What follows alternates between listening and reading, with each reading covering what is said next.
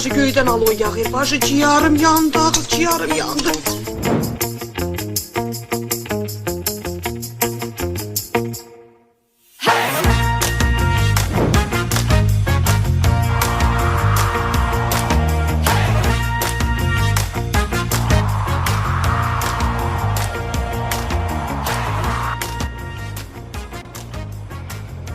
Olar sizi bir dəqiqə? Salam, xoş gəlmisiniz. Salam. Siz niyə bu yayın istisində belə geyinmisiniz? Üşüyürsünüz? Çox. Axı niyə bu qədər soyuqdur?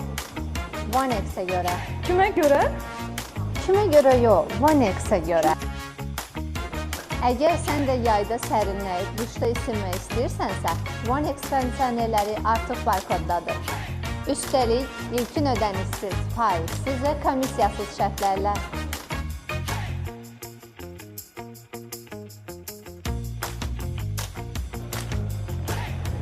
Alo mama, qış paltarlarını çıxardın. Məndən demə, gəlirəm danışarıq.